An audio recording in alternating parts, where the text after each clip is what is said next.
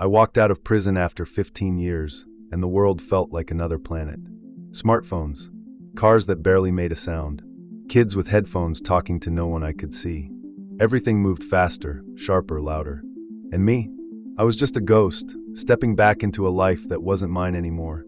15 years stolen. Not because I was guilty, but because someone made sure I paid the price for what they'd done. His name was Daniel, my partner, my friend, the man who swore he had my back, then twisted the knife when I wasn't looking. While I rotted behind bars, he thrived. Took the idea we built together and turned it into an empire. A family. A perfect life. I used to dream about getting out, starting fresh, pretending it never happened. But the second I saw his face on the news, smiling, shaking hands, being called a genius, I knew. I wasn't going to start over. I was going to make him pay. Not by killing him. That would have been too easy. No, I was going to destroy him in the worst way possible, piece by piece. 15 years.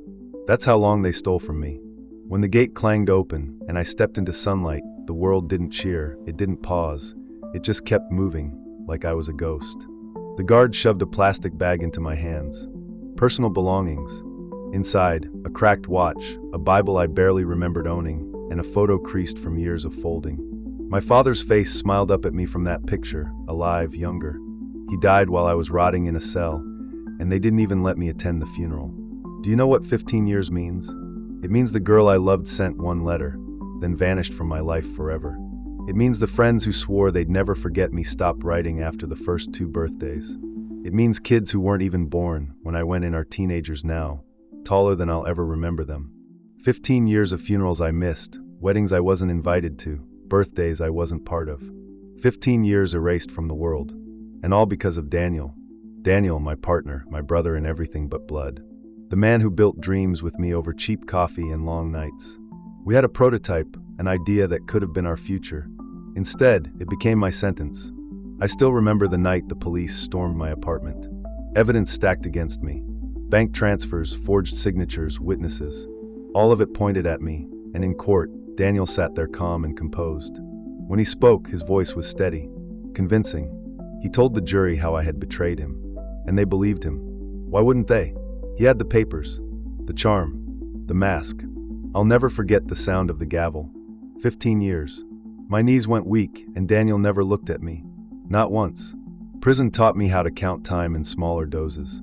The rhythm of footsteps in the tier, the clang of doors, the smell of cheap bleach, the taste of meals that could have been cardboard. You learn to survive by shrinking yourself, by forgetting who you were before. But survival has a cost. You come out missing pieces of yourself. And stepping back into this world, it felt like landing on another planet. Cars that slid silently, glowing dashboards like something from a dream. Teenagers with wires in their ears, talking to invisible voices. Giant screens on buildings screaming news I didn't recognize. I stood on a sidewalk, clutching my bag, and no one looked at me twice. To them, I was just another shadow. I tried calling old numbers. My lawyer, friends, even her. Deadlines, wrong numbers, new owners. I wasn't part of their lives anymore. 15 years is long enough for people to erase you. That night, I thought maybe I'd try to start over. Rent a room. Find some job no one else wanted. Pretend I could still live. But then I saw him. Not in person. Not yet. On a screen. A shop window TV flickered with the local news. And there he was. Daniel. A suit sharp enough to cut. Smiling that same confident smile. Shaking hands with the mayor, his name glowing across the ticker. His company, our company, painted as a miracle. He'd taken everything. Our idea, our plans, our future. He polished it, sold it, built an empire out of it. And while the world called him a genius, I counted years behind bars. Something broke in me that night, but not the way you'd think. I didn't want to run up and strangle him. I didn't want his blood. No, death would have been a release. Too fast. Too kind. Daniel needed worse. He needed to feel what I felt. To watch everything he built crumble. To lose piece by piece until he had nothing. That was when the rage sharpened into purpose. I found a notebook in a corner store. Cheap, spiral-bound, the kind students use. The first page I wrote 3 words, take it back. Underneath, I wrote the steps. Small at first. Questions, reminders. Find the original contracts. Find old witnesses. Find the cracks in his empire. I tucked the notebook into my jacket and walked into the city. And for the first time since I was sentenced, I didn't feel like a ghost. I felt like a storm. Daniel's world wasn't hard to find. Men like him always wanted to be seen. The news articles painted him as a golden boy, the entrepreneur who came from nothing, who risked it all and built an empire. Interviews showed him sitting on panels, nodding thoughtfully as he talked about integrity and vision. I watched one clip in the library's computer lab, and when the reporter asked about his early days, Daniel laughed. It wasn't easy. I had to cut ties with people who didn't share my dedication. Cut ties. That's what he called it. He'd cut me like you cut a rope holding you down. The mansion was in a neighborhood I'd never have been able to afford even before prison. A clean street lined with hedges trimmed sharp as razors, cars parked in neat driveways that cost more than my entire life. Daniel's house was the one with a gate, cameras angled at every corner, the lawn green even in winter. I stood across the street one evening, hands deep in my pockets, pretending to wait for a bus that would never come. Through the glass, I could see him, taller now, heavier, but the same slick posture. A woman brought him a drink. A boy, maybe 10, laughed at something he said.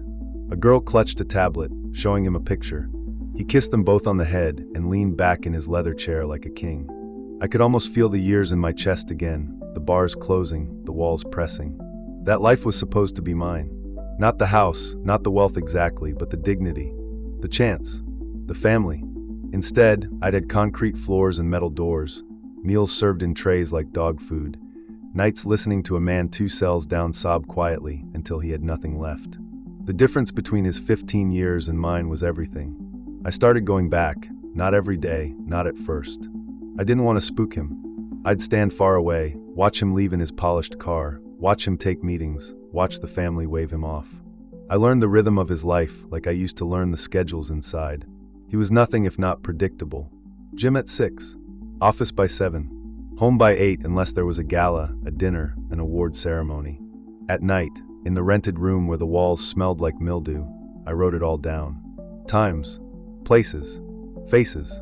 I wasn't sure yet what I'd do with the information, but I knew this.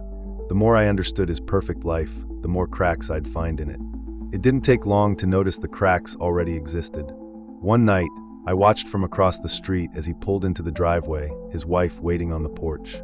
She smiled for him, but it was tight, forced. When he kissed her, she turned her head just slightly. Inside, their voices rose, muffled but sharp. She walked away fast, heels clicking, and he poured himself another drink before sinking into his chair alone. Later, I followed him to a restaurant where he met 2 men in suits. They laughed, shook hands, drank wine. But when one of them left for the bathroom, Daniel's smile dropped. His hand trembled slightly as he scrolled through his phone, jaw tight.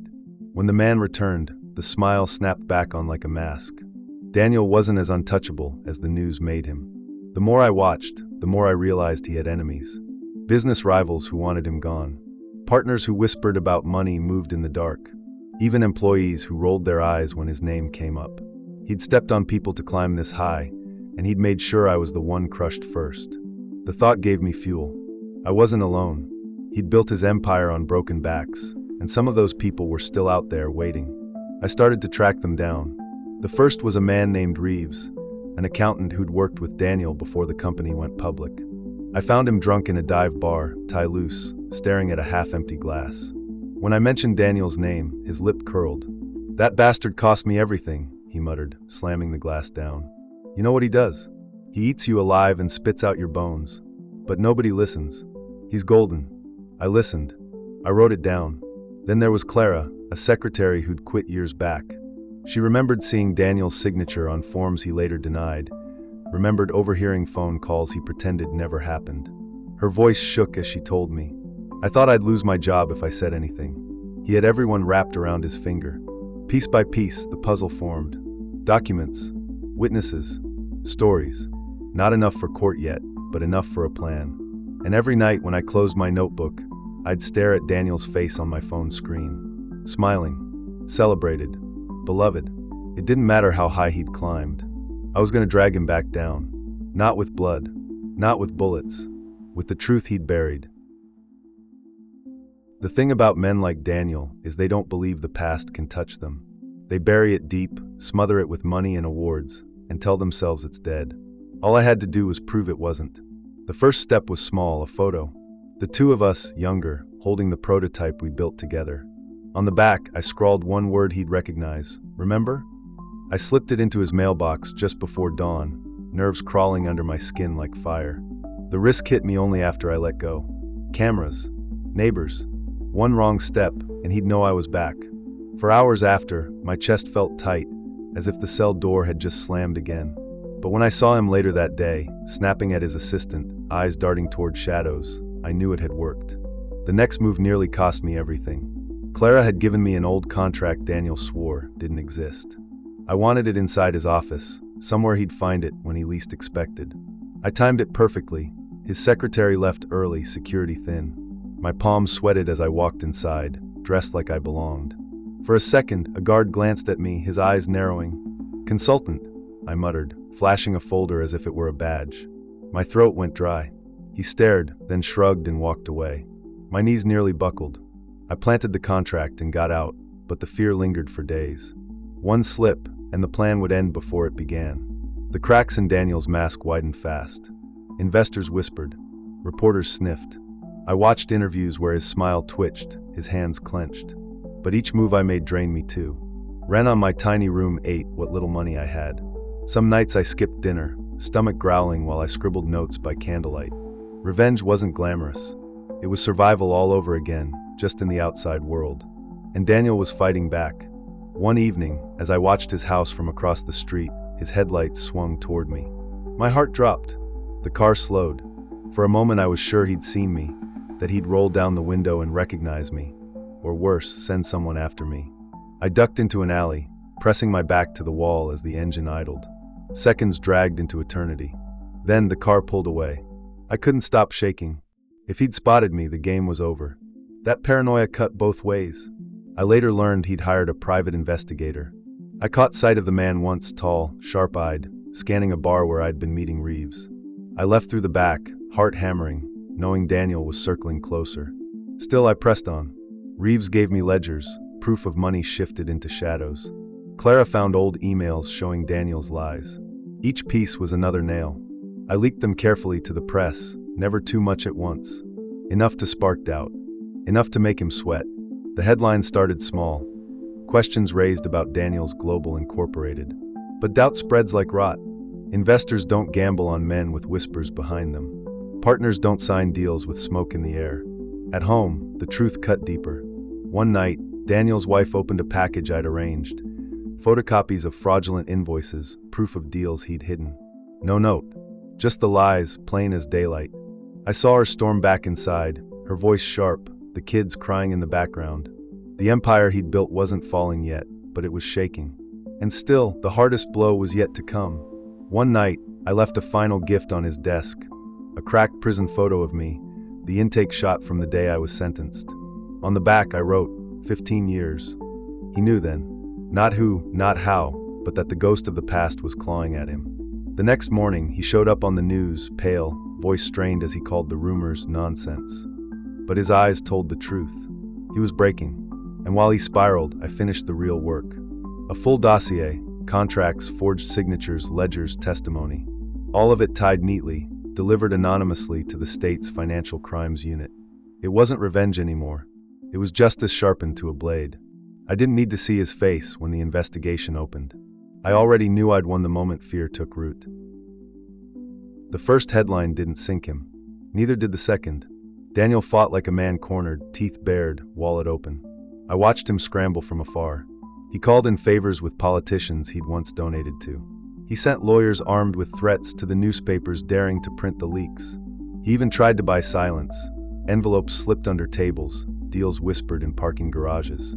But truth, once it catches fire, doesn't smother easily. Investors pulled back first. A major deal collapsed after a rival company withdrew, citing uncertainty. The stock dipped, then dipped again. By the end of the week, reporters camped outside his mansion like vultures circling a carcass. Cameras flashed each time he stepped outside, questions flying faster than he could dodge. His smile was gone. His jaw stayed tight, his eyes ringed dark with sleepless nights. At home, the fractures widened. His wife stopped appearing at his side. When she did, her face was pale, lips pressed thin, wedding ring absent. His children turned away when cameras caught them leaving the house. I'd thought watching his empire fall would bring joy. Instead, it felt colder, inevitable like gravity. All I had to do was watch him slide downhill. And slide he did. The bribes that once bought silence now bought only delay. One by one, his allies cut ties, claiming ignorance. Former partners handed over records to investigators, eager to save themselves. Even his lawyers looked weary, their voices thin when they told reporters the accusations were unfounded. Then came the subpoenas, the raids. I saw footage on the evening news of agents carrying boxes out of his office, out of his home. Computers, hard drives, folders. The anchor's voices buzzed with disbelief, the golden boy entrepreneur, accused of fraud. Daniel still tried to claw his way out. He stood in front of microphones, sweat shining on his forehead, insisting it was all lies. But the evidence was too thick, the cracks too deep. The more he denied, the more foolish he looked. When the arrest came, it was quiet. No dramatic chase, no last stand. Just Daniel in a tailored suit, wrists bound by steel, head bowed as he was guided into the back of a car. Cameras captured every second. I replayed that footage over and over. For 15 years, I'd seen myself in chains. Now it was him. But it wasn't the same. I'd been innocent. He was guilty. And no amount of money, charm, or bribes could change that. The trial came fast, a storm of headlines and speculation. Witnesses I'd spoken to stepped forward. Documents I'd unearthed became exhibits. His signature was there, over and over again, tying him to fraud, forgery, financial crimes so bold it almost seemed he'd believed he'd never be caught. His lawyers tried everything. Delays, loopholes, blaming underlings. But the tide was too strong. When the verdict came, it was unanimous. Guilty. Daniel was sentenced to 6 years. 6 years inside walls that would echo with every thought, every regret. 6 years of the silence I knew too well. 6 years of tasting what he had forced me to swallow for 15 long years. I didn't celebrate. There was no need. The world had watched him fall. His empire gone. His reputation in ashes. His family broken. And now his freedom taken. No bribe, no lie, no performance could save him. The truth had done what I couldn't with my fists. And as Daniel was led away, a hollow man in a prison uniform, I whispered the words I'd waited half my life to say. Now you know. I thought watching Daniel sentenced would feel like fire in my veins. Justice, closure, freedom. But when the gavel fell and they led him away in chains, all I felt was empty. 15 years of my life had been swallowed whole. 6 years for him felt like a whisper in comparison. He'd taste prison, yes, but he'd still have years left when it was over. Years I could never reclaim. That thought haunted me. Nights alone in my rented room, I'd stare at the ceiling and ask myself, was it enough? The answer was always no. But life, for once, didn't stop moving. The newspapers ran stories not just about Daniel's fraud, but about me. Man wrongfully imprisoned speaks out. For the first time in years, the world said my name without disgust. Strangers stopped me on the street, shaking my hand, calling me brave. It didn't erase the scars, but it gave them meaning. Investors who had fled Daniel's empire started sniffing around. Not all of them knew my face, but they knew my story. Some offered money to revive the idea he'd stolen. I turned most down. I wasn't looking to build an empire anymore. Just something mine. Something honest. I opened a modest office downtown. Small, quiet, the kind of place nobody noticed. And I worked, day after day, the way I had before everything was stolen. It wasn't about riches, it was about control. For the first time in years, my life was mine again. But Daniel still lived in my head. I visited him once. The prison was different from the one that had held me, but the stench was the same: metal, bleach, despair. When the guard led me to the visiting room, Daniel shuffled in wearing orange, thinner now, his arrogance melted into something smaller. When he saw me, his jaw tightened. "You," he muttered. I leaned forward. "Me." For a moment, he tried to smile like the old Daniel. "You think you've won? 6 years, Marcus. I'll be out. I'll rebuild." I shook my head. "No. You'll walk out of here to nothing. Your company's gone. Your name's poison. Your wife." I paused, watching the flicker in his eyes. "She's gone too." That hit him. "She left you," I continued, voice steady. "Took the kids. And you know what? She's stronger for it. The lies don't weigh her down anymore." Daniel's mask cracked, eyes wet, fists clenched. I let the silence sit, heavy as a cell door slamming shut. "You took 15 years from me. I said finally. I didn't take your life. I just gave you mine. Now you'll live it, one day at a time, in a cage. And when you get out, the world won't want you. I stood, leaving him to drown in his own silence. Weeks later, fate twisted again. I ran into her, Daniel's wife, outside a bookstore. She looked different, freer, lighter. She recognized me from the papers. "You're Marcus," she said softly, almost in awe. We talked. Nothing more. Just words, polite, cautious. But the way she looked at me, not with pity, but with understanding, was enough. Daniel had lost her forever, and somehow, in some small way, I'd gained a piece of the life he thought was his alone. It wasn't romance. Not yet. Maybe never. But it was a beginning.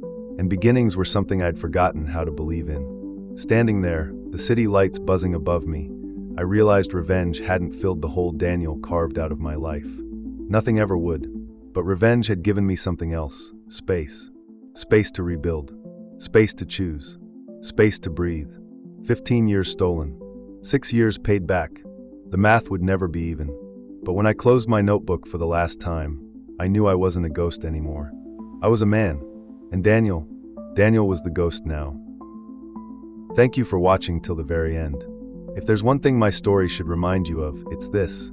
Never ignore your instincts, and never let anyone steal your voice or your time. Stand firm, fight for your truth, and protect what's yours.